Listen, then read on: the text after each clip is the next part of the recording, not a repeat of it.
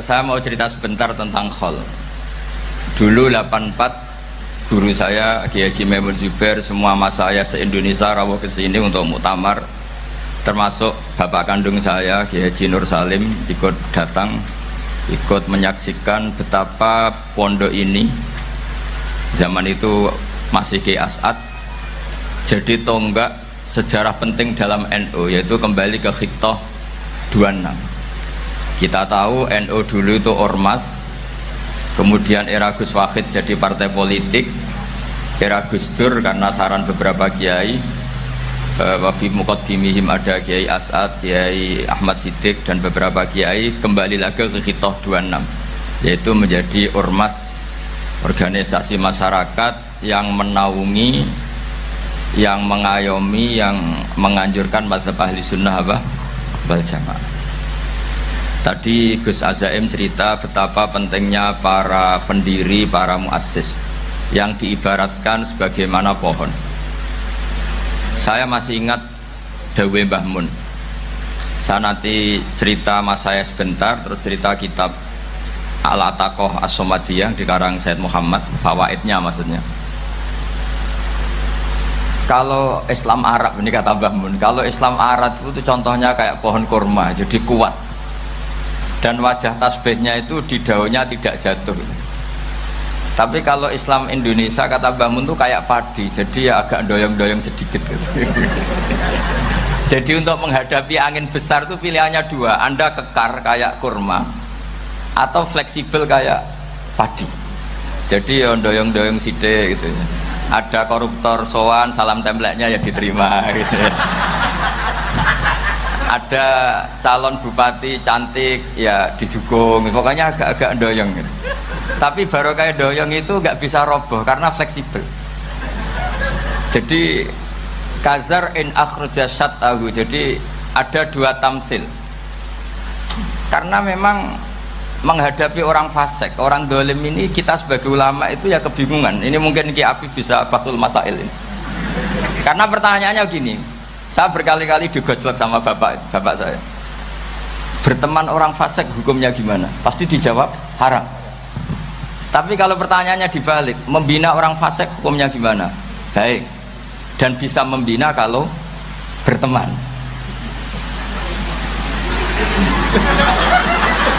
Makanya Gus Azaim pernah bikin seni deh, muktamar seni. Anggap saja madhabnya seperti itu gitu. Jadi ya agak doyong-doyong sedikit. Masa ketop berteman orang yang macam-macam, tapi itu fleksibel. Nyatanya tetap soleh sampai sekarang gitu. Itu berarti itu ya gitu kata Bamun itu. Jadi untuk menahan angin yang besar pilihannya hanya dua, Anda kokoh kayak pohon kurma atau fleksibel kayak padi. Nah, Islam Indonesia kata Mbah Mun itu pari wae katanya, padi. Jadi ungkapan-ungkapan para mas saya ini penting karena khazanah yang saya baca. Saya berkali-kali cerita ini dalam kitab Khilyatul Auliya. Itu Abu Nu'aim Al-Asfihani cerita tentang riwayat Sufyan bin Uyainah, ini gurunya Imam Syafi'i. Itu setiap kali Nabi Isa dan Yahya, ini dua nabi yang sekurun, sama-sama masih muda. Nabi Yahya itu senengannya dolan ke orang-orang soleh, menyambangi orang-orang soleh. Tentu itu bagus. Tapi kalau Nabi Isa ini suka menyambangi orang-orang yang fasik, orang-orang yang nggak jelas. Ketika dua beliau ini ketemu, tentu yang perlu jawaban Nabi Isa karena kontroversi, berteman sama orang-orang yang nggak jelas. Kata beliau, innama ana tabibun udawil mardo. Seorang kiai, seorang nabi, orang yang baik itu ibarat dokter. Di mana-mana dokter tuh ngobati orang yang apa? Sakit. Kalau Anda dokter dan peneliti satu penyakit, pasti cari daerah yang banyak pandeminya. Masa neliti pandemi di orang-orang yang apa? Sehat. Jadi ini juga perlu dibahsul masailkan. Karena tadi dibolak-balik itu. Bina orang berteman orang fasik hukumnya haram karena wa in kana dasarrin fajannibhu sur'atan. Tapi kalau bina orang fasik hukumnya baik, bisa bina kalau berteman. Jadi fikih itu ya karek diwolak-walik. Makanya sholat juga gitu, sholat yang tumak nina yang lama itu ya bagus. Masa jagongan mbek pangeran nggak asik, jagongan sama teman aja asik, masa jagongan sama pangeran tidak apa asik. Tapi kalau Ibnu Abbas sholat tuh cepet. Ketika ditanya kenapa kalau anda sholat cepet, setan baru tata-tata mau goda saya sudah selesai kata. Karena setan itu ya jaga jaim tuh, jaga image. Jadi kalau mau goda orang itu ya surinan dulu, macak-macak dulu. Ternyata mau ke situ sholatnya sudah selesai. Lah kebetulan mazhab saya itu yang kedua itu gitu. Jadi kalau Gus Azaim itu sholat lama sekali. Itu ada mazhab tandingan, yaitu mazhab saya. Itu karena ini sepuh saya, meskipun top beliau tapi sepuh saya. Saya sudah 50, beliau baru 40. Ini berarti baru memulai kiai. Kalau pakai umur nubuah ini baru memulai. Jadi mazhab itu penting. Jadi pembanding itu harus diutarakan. Sehingga dalam fikih manapun itu sebuah mazhab itu harus diuji itu lewat pembanding. Dulu itu setiap debat fikih antar ulama itu mesti nggak ada yang menang. Misalnya saya kiai kelihatan miskin itu ya baik supaya santri-santri yang miskin itu punya teman gitu. Karena rata-rata santri itu miskin, nah dikancani kiai kan seneng gitu. Tapi problemnya kiai yang miskin itu ya nggak bisa nolong santri karena dia sendiri apa miskin. Makanya dulu Imam Syafi'i itu pengagum orang miskin. Setelah ngaji Imam Malik tanya, ya Imam Malik orang yang sealim jenengan itu siapa? Jawabnya Imam Malik lucu. Dulu Abu Hanifah, sekarang orangnya sudah meninggal ya. Ilmunya dititipkan atau diwaris oleh Muhammad bin Hasan Asy-Syaibani. Akhirnya Imam Syafi'i dibiayai Imam Malik ke Irak. Imam Syafi'i miskin, bisanya ke sana dibiayai Imam Malik. Itu seperti Abu Ya Said Muhammad masyhur, ini murid beliau. Kalau ada santri boyong kan mesti apa? Disangoni. Ketika datang ke Irak, Muhammad bin Hasan Asy-Syaibani itu nata uang, nata emas itu di ruang tamu. Jadi ngitung uang itu di ruang tamu miliatan. Ini kaget, ini kiai kok kedonyan kata Imam Syafi'i gitu. Tapi apa kata Muhammad bin Hasan Asy-Syaibani? Anda kagum ini, Anda kaget ini. Kalau kamu menyoal orang soleh kaya, ini tak kasihkan orang-orang fasik biar dipakai judi, dipakai selingkuh, dipakai maksiat. Jangan-jangan harta ini harus tetap di orang soleh. Kalau ke orang fasik bahaya. Berarti kiai boleh kaya, boleh. Semenjak itu ada gerakan kiai kudu sugih. Ya ada yang kesampaian, ada yang enggak gitu aja. Tapi karena kalau pakai logika fikih, harta itu fitnah. Oke, seakan-akan harta itu masalah. Tapi kalau ini dikuasai orang dolim, maka masalah besar. Jika orang-orang soleh ini harus juga menguasai harta. Nah, terus lama-lama dikiaskan kekuasaan. Kalau yang kuasain orang fasik, orang tidak sholat ribet. Akhirnya kiai terus dukung, ya akhirnya ikut politik tadi. Nak menawa bupatinya kena diatur gitu. Diatur kon sholat, orang ngasih proposal, maksudnya diatur keng sholat maksudnya. Ini cerita-cerita apa logika fikih. Makanya saya sering ngaji kitab-kitab itu, diantara yang saya suka adalah ada dialog besar yang terjadi di antara orang-orang pilihan, termasuk bahkan di antara para nabi dan Tuhan. Jadi unik, Allah sendiri kadang mengajari kecerdasan para nabi itu ya lewat dialog. Masyhur itu, Nabi Ibrahim itu punya ruang khusus untuk sholat dan tidak boleh siapapun masuk situ. Tahu-tahu ada yang sudah di situ. Beliau membuka, kaget.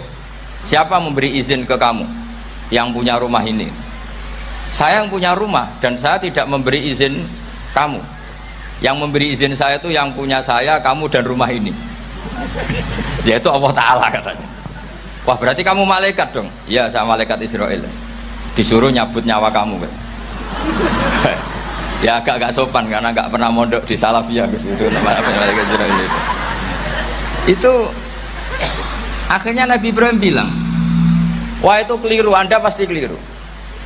Hal ra'aita habiban yumitu habibah, hal ra'aita khalilan yumitu khalilah. saya ini Khalilur Rahman, saya ini kekasih Allah, masa ada kekasih bunuh yang dikasih? Itu Israel akhirnya ngaji, masuk akal juga.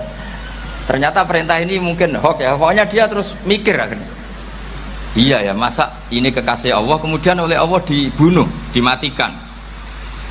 Terbanglah Israel, matur lagi, ya Allah, kata Ibrahim, hal ra'aita khalilan yumitu khalilah. Masa kekasih bunuh yang dia apa? Kasih. Kayaknya masuk akal Gusti. Mulai ngaji lah kira-kira gitu malaikat itu. Akhirnya oleh Allah dijawab, ya sudah begini, kamu datang ke Ibrahim bilang, hal ra'aita habiban yakrahu ayyalqa habibah. Masa kekasih tidak siap ketemu yang dikasih. Nah, jadi akhirnya Nabi Ibrahim, Israel datang lagi. Logikanya sekarang nggak gitu, begini katanya, diajarin. Hal ra'aita habiban yakrahu ayyalqa habibah. Masa kekasih tidak siap ketemu yang dikasih. Terus kata Ibrahim, oke, ya terus mau meninggal. Jadi kalau jenengan cinta betul sama Allah ya harus, ya tidak usah, jangan sekarang, tapi kalau mati di rumah aja, kalau di pondok ngerepotnya kiainya nanti itu. Tapi nanti setelah punya cucu banyak lah. Nah, barokahnya baca ini, dialog-dialog orang pilihan ini akan tersibak. Karena tidak dalam semua kebaikan itu nggak ada logikanya, rata-rata ada logikanya. Misalnya begini, kalau Anda orang soleh, kemudian anak Anda pamit mau sekolah di Jerman, pilihan Anda mengizinkan apa enggak? Karena potensi jadi fasik ya tinggi, karena di tempat-tempat maksiat. Potensi berdakwah dari daerah yang untuk daerah yang tidak ada dai-nya menjadi ada. Itu mesti ulama itu berdebat. Misalnya punya anak pamit mau kembali atau keluarga. Yang satu cara berpikir optimis. Awal ada dai di beberapa negara Eropa itu ya barokahnya imigran, pekerja, mahasiswa. Dan semua itu bumi Allah, harus ada tasbih, harus ada tahmid. Dan itu harus dimulai dari kemauan atau mengizinkan anak asuh kita ke sana. Tapi di sisi yang lain potensi jadi fasik itu tinggi sekali. Wamana iman pas-pasan. Nah, hal-hal seperti ini itu pasti jadi perdebatan. Dan kita harus menjawab. Dan tadi kayaknya di semua Basul Masail Pondok Salafiyah jawabnya pede semua, nggak ada ragu, nggak ada khilaf. Baguslah kalau pede. Meskipun nanti mungkin ada ulama lain yang cara berpikir apa? Berbeda. Sehingga ini saya cerita ya. Sehingga di kitab-kitab fikih, misalnya saya kok hidup di Bali sudah punya komunitas ngaji. Itu kok saya pindah ke Sukorejo sini. Banyak ulama yang mengatakan haram. Karena membiarkan bumi Allah yang sudah pernah ada orang yang sujud kemudian ditinggalkan kosong dan kemudian dikuasai orang yang tidak sujud. Jadi dianggap itu pembiaran. Jadi banyak di kitab Qalyubi, sarahnya Mahalli, jika ada seorang muslim yang hidup di negara orang kafir, dia nyaman, tidak dapat teror, itu nggak boleh lagi pindah ke negara Islam yang sehat. Karena takutnya li Allah yastau liyal kafir tilkal buk'ah, supaya bumi itu tidak dikuasai orang kafir. Jadi ini hal-hal yang para fuqaha itu harus berdebat. Karena ini masalah-masalah furu'iyah. Sehingga mulai dulu ya banyak ulama yang nyun sewu berpolitik, mulai Wali Songo sampai sekarang alhamdulillah yang minat banyak. Mungkin bedanya ikhlas sama tidaknya. Tapi kalau saya pernah dikeluhin utusan dari ya komunitas Islam Indonesia itu dulu itu ceritanya banyak yang dari Kamboja. Dari kalau dulu orang cerita itu orang Cempa. Itu setelah di Indonesia besar Wali Songo dan Brawijaya 5 itu sudah mulai oleng, itu singkat cerita mereka berpikir ingin bikin kerajaan apa? Islam di Demak Mintoro dengan raja pertama yaitu Raden Fatah, karena Raden Fatah ini putra Brawijaya. Padahal setelah jadi kerajaan ini era cucu sudah konflik, berebut kekuasaan. Akhirnya sampai jadi Jipang, jadi Jogja, jadi Solo dan seterusnya. Tapi kata Mbah Mun itu tetap barokah kata. Karena orang Islam terus terbiasa mimpin. Sekeliru-keliru sidik, pokoknya orang Islam biasa mimpin. Sehingga zaman Mbah Hashim ya sudah mimpin Masumi, zaman Ki As'ad pengaruhnya besar, sampai sekarang Kiai-Kiai pengaruhnya besar. Nah barokahnya Kiai-Kiai pengaruh besar ini sampai moral jadi ukuran. Misalnya sekarang ada calon bupati kok nggak sholat itu pasti kalah. Jadi sholat itu jadi tolok ukur untuk calon apa? Bupati. Meskipun mungkin punya efek pura-pura sholat, tapi nggak apa-apa lah. Sementing moral ini jadi ukuran. Sementara yang di Thailand, di Patani, itu karena dulu pelajarannya tasawuf, itu orang nggak ambisi mimpin dunia, tahu-tahu dipimpin, dan akhirnya nyuwun sewu ya saake Islam-Islam yang dulu terlalu tasawuf karena nggak punya pengalaman memimpin, akhirnya lazimnya konsekuensinya hanya dipimpin. Tapi Islam Indonesia beda, karena kulino mimpin itu akhirnya dari orang Islam biasa menjadi Islam yang sholat sampai Islam yang bisa ngaji itu bisa mimpin negara. Tentu yang paling populer dimulai Gus Dur. Jadi ini sesuatu yang barokahnya istihad para kiai, sementing Islam kulino mimpin. Sehingga di Indonesia itu barokahnya itu, kebaikan itu jadi tolok ukur. Ada orang kok terkenal koruptor atau terkenal nyuwun sewu selingkuh atau terkenal apa, itu pasti tidak jadi. Karena moral itu menjadi tolok ukur. Dan itu adalah politik para kiai. Jadi ini saya cerita, dan itu negara juga akhirnya untung karena seleksi agama sama negara itu sama-sama kiai ya bilang negara harus dipimpin orang soleh, negara juga bilang seperti itu. Nah, ketokohan-ketokohan para beliau-beliau ini yang maulah bekerja sama dengan umarok. Kita tahu dulu Pak Harto ya rawuh ke sini ketika Muktamar 84, rawuh ke Ki As'ad, ketika mau kembali ke Khittah juga dirembuk oleh ulama dan umarok. Dan akhirnya ini menjadi negara yang alhamdulillah semoga selalu menuju baldatun thayyibatu wa rabbun ghafur. Nah, kemudian di sini saya tabarruk dengan Said Muhammad, gurunya Kiai Haji Azaim. Saya mau cerita tentang amaliyah tadi. Saya sebetulnya nggak niat bacakan bab itu, gara-gara ada khataman jumlahnya banyak saya jadi pusing. Ini panitianya tanya, khatam betul apa enggak? Iya Gus, khatam betul. Tapi kayaknya saya tidak yakin itu. Karena saya ini kan dari pondok tahfidz itu. Biasanya anak khataman itu ya rodok bodoni itu loh. Dibaca buanter sing nyemak yang mendelok pojok etok. Mergo kebanteren. Nah, akhirnya lafat-lafat yang di tengah itu enggak di apa? Baca. Tapi ya semoga dimaafkan Allah lah. Yang jelas itu enggak. Tapi saya mau cerita ya. Jadi cara berpikir Said Muhammad ini nanti juga saya teruskan di Ma'had Ali. Ini saya baca ya. Di antara yang diyakini madhab Malikiyah, ini saya baca saja teksnya. Jadi ada riwayat namanya, kalau Said Muhammad bahasakan itu Ataqoh Somadiyah. Kalau di Indonesia kadang orang bilang Al-Ataqoh Al-Kubro, yaitu dengan membaca surat Ikhlas. Di sini jumlahnya hanya 100 kali, Kila 1000 kali. Tadi berapa semua? 700 juta ini sudah susuk banyak ini. Di sini hanya 40, riwayat lagi 100, 1000. Terus sampean tadi berapa? 800 juta. Wah, ini sudah susuk ini. Itu anak cucu sampean pasti masuk surga itu kalau bisa. Ini saya baca, ini kitabnya Said Muhammad ini. Suratul Ikhlasi wal Itqu minan nar. Akhrajat Tabraniyu fil Kabir an Fairuz ad-Dailami wa Ibnu Uftin Najasi. Waqad khadaman Nabiyya sallallahu alaihi wasallam. Orang ini jadi khadimnya Nabi. Qala Rasulullah sallallahu alaihi wasallam, "Man qara'a qul huwallahu ahad mi'ata marratin fi shalat ghairiha kataballahu lahu bara'atan minan nar." Ini hanya berapa ini? Mi'ata marrah. Berarti kalau satu orang itu cukup 100. Tadi sudah untuk 7 turunan tadi, untuk orang berapa? 800 juta. Ya, untuk 7 turunan cukup. Untuk 7 turunan. Nah, sudah susuk ini, sudah susuk ini. Aduh, ribet ini. Nah, ini tak cari pembenarannya, ini supaya keren. Ini di halaman 188 Abwabul Farad. Warwa Ibrahim bin Muhammad Al-Khiyari fi fawaitihi an Khudzaifah marfu'an. Man qara'a qul huwallahu ahad alfa marratin faqad ishtara nafsahu minallah. Berarti 100, ada riwayat lagi 1000. Nanti tak carikan lagi yang berapa? 1 miliar mungkin. Jangan banyak-banyak. Nah ini saya baca ya. Wa hadzal adatu huwa al-ma'rufu bi ataqatis somadiyah.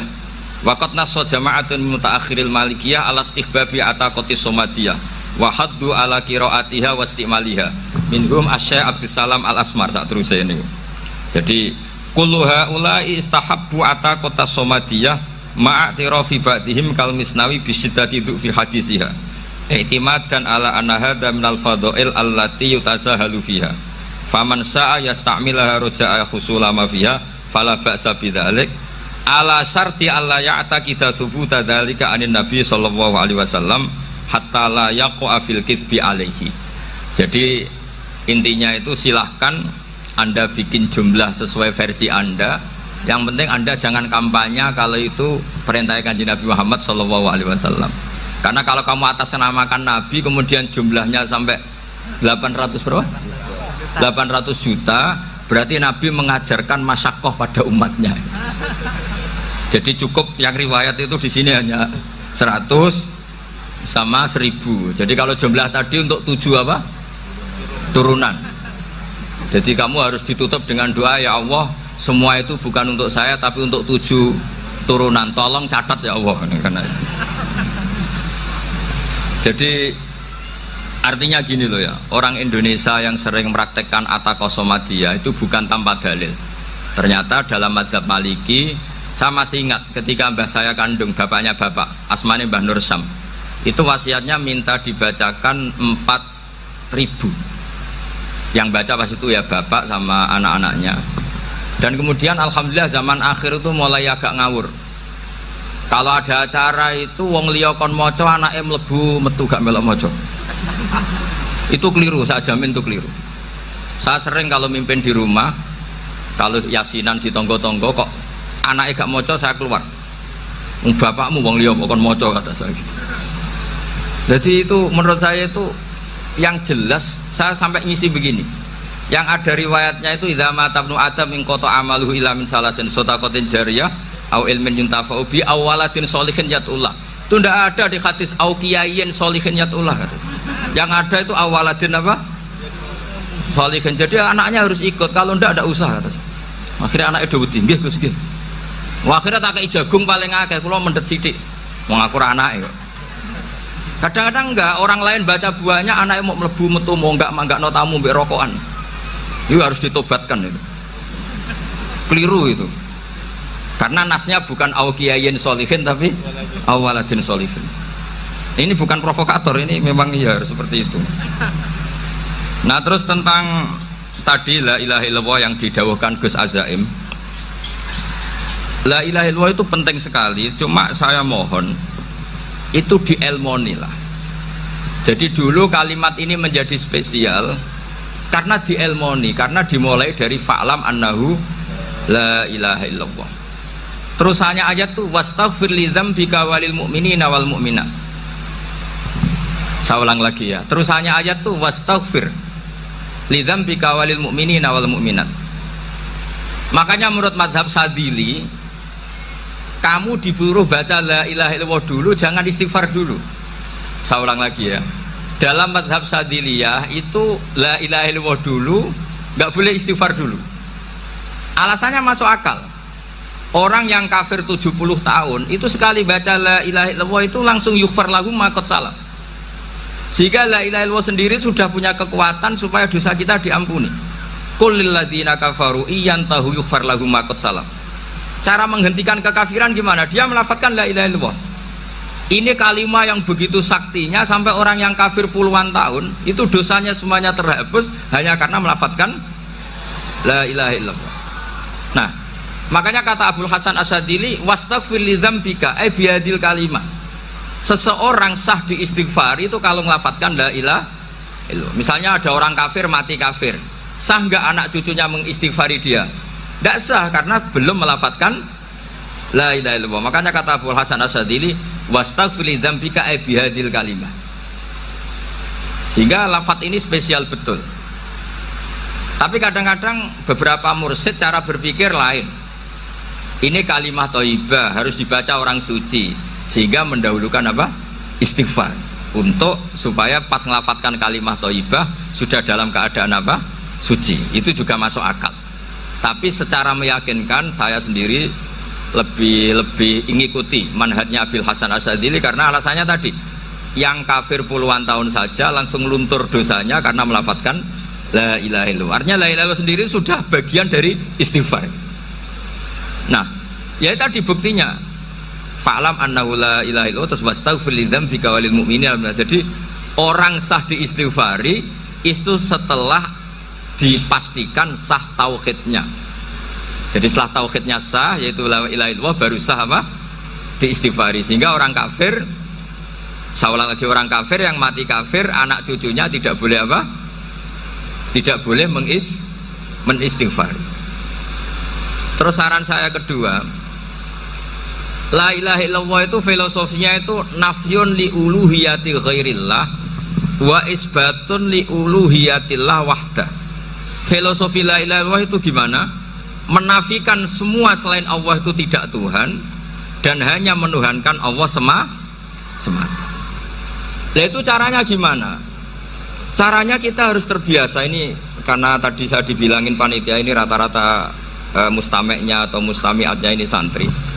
Caranya gimana? Dilatih pakai logika. Saya berkali-kali cerita kalau ngaji, saya sekaligus kampanye. Allah itu Tuhan yang begitu fair. Untuk menjadi Tuhan Allah mempersilahkan, ada kualifikasi Tuhan. Jadi boleh dikompetisikan, itu boleh kata Allah. Nggak apa-apa kamu ngaku Tuhan gitu kata Allah. Tapi nak ngaku pangeran itu paling enggak ya direputasi lah, ada verifikasinya lah. Dimulai dari apa? Ya kalau jadi Tuhan itu setidaknya bikin langit bumi lah, aturannya gitu. Jadi kalau daftar bupati ya daftarlah ke KPU. Masa tahu-tahu jadi apa? Tuhan kemudian tidak punya prestasi bikin langit bumi. Sehingga Allah itu cara ngendikan itu ya fair. Qul ara'aytum ma tad'una min dunillah aruni madza khalaqu minal ardi am lahum syirkun fis samawat. Coba yang kamu tuhankan selain saya, prestasinya apa? Ketika saya bikin bumi itu apa ikut bikin? Terus am lahum syirkun fis samawat. Kalau bikin langit, kalau nggak bisa ya urun lah gitu. Urun semen apa urun bego, pokoknya urun lah gitu. Urun ora, gawe bumi ora, ngerti-ngerti ngaku dadi pangeran. Kul hatu burhanakum. Jadi ya kan ya lucu kan, misalnya syarat kiai di Salafiyah kan keluarga Kiai As'ad, cucunya ngaji ngalim. Orang keluarga Kiai As'ad terus muni, aku kiai utama di Salafiyah. Oh mesti di penjara ya. Lah yo gak gawe langit bumi, gak ada prestasi terus ngaku sebagai apa? Tuhan. Sehingga fair. Makanya saya berkali-kali cerita. Jubair bin Mut'im itu punya anak namanya Muhammad. Ini sudah orang alim, Muhammad bin Jubair bin Mut'im. Itu cerita awala islami abi. Mut'im itu orang pinter sekali. Saking pinternya dia jadi delegasinya orang Quraisy datang ke Rasulullah sebagai negosiator untuk membebaskan Asra Badrin, tawanan perang apa? Badar. Yang namanya disuruh itu pasti orang pinter. Tapi apa yang terjadi ketika nginep di masjid, karena zaman itu gak ada hotel, nanti jadi geger. Orang musyrik nginep di masjid hukumnya gimana? Bahsul masail tok. Zaman itu mau tidak mau. Kalau sekarang kan ada hotel, kiai juga punya wisma. Apa yang terjadi? Orang ini cerdas sekali. Dan delalah Nabi pas sholat maghrib itu baca wattur wa kitabim mastur sampai am khalaqus samawati wal ard. Ya kalau kamu jadi Tuhan ya setidaknya menciptakan langit bumi lah. Namanya jadi Tuhan ya ada persyaratan kan? Paling tidak punya reputasi menciptakan langit bumi. Atau kalau jadi Tuhan setidaknya reputasinya itu enggak diciptakan yang lain. Am khuliqu min ghairi syai'in. Ini jadi Tuhan kok punya bapak, punya ibu. Ini jadi Tuhan kok lahirnya di bumi, ada tanggal lahirnya, ada tahun. Masa jadi Tuhan kok dulu buminya? Pokoknya walhasil tuh. Akhirnya Nabi ketika salam sholat maghrib, dia datang, ya Rasulullah, akalku habis oleh ayat yang barusan kau baca. Sudah saya Islam saja. Argumentasi selain Allah Tuhan itu batal. Itu, nah saya mohon santri-santri Salafiyah itu baca Quran sampai seperti itu. Jadi jangan hanya khataman banyak-banyakan maksudnya. Ini bukan nyindir, ini ngamuk ini.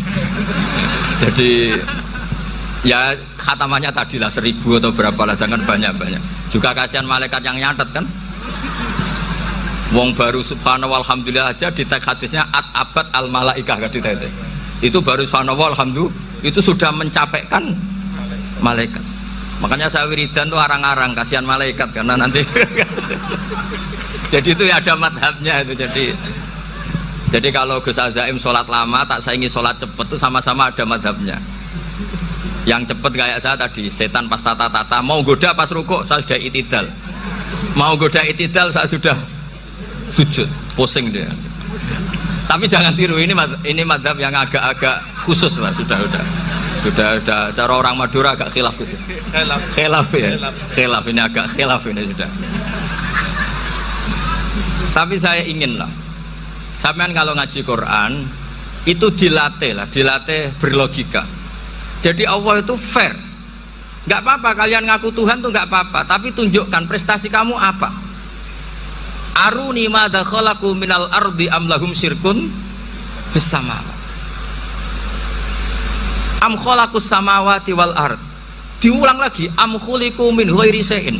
Setidaknya kalau jadi Tuhan itu ya nggak butuh yang lain lah. Masa jadi Tuhan kok wujudnya saja butuh orang lain, butuh bumi, eksistensinya butuh makan, butuh minum.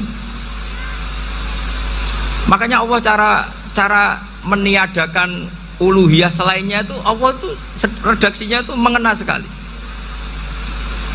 Yaitu tadi dengan cara-cara seperti itu. Sebagian ayat disebutkan ma asyattuhum khalqas samawati wal ardi wala khalqa anfusihim. Wong Tuhan kok nggak punya reputasi bikin langit, bikin bumi, bahkan untuk menciptakan diri saja nggak bisa. Ya sudahlah, kamu tidak usah ngaku Tuhan, nggak level kata tahu gitu. Akhirnya terus ditemukan Tuhan yang sejati, yaitu wal awwal wal akhir wal zahiru wal batin. Itu yang mut'im ini tadi termasuk orang yang sangat cerdas sekali. Padahal itu bacanya bukan pas basul masail, enggak. Nabi pas sholat maghrib, juga bukan pas ceramah, enggak. Tapi itu didengarkan. Makanya termasuk ini spesial untuk hormat saya kepada Ki As'ad. Makanya saya ini kalau mentasjek santri-santri ini agak sensitif, tapi sudah saya tidak perlu takut fitnah. Saya termasuk, kenapa saya ingin jadi ahli tafsir, tentu yang membentuk itu Mbah Maimun dan bapak saya. Bapak saya itu hafal Quran kayak hafal Fatihah, saking senengnya Quran. Mungkin bisa kamu saingi itu. Itu adalah orang kafir itu bisa paham Quran. Itu sangat menyinggung saya. Orang kafir itu bisa paham Quran. Ketika Umar Islam itu karena mendengar apa coba? Mendengar apa? Quran. Dan itu masih kafir apa sudah Islam? Masih kafir karena kalimat-kalimat yang di Quran itu begitu jelas, wal kitabil mubin, sehingga didengarkan orang kafir pun tuh ngefek. Makanya ketika Umar datang ke saudari putrinya, kemudian dengar Toha ma anzalna alaikal Quran apa? Litasko, itu dia terus iman. Begitu juga Mut'im. Itu ketika dengar Nabi baca surat At-Tur ya langsung iman.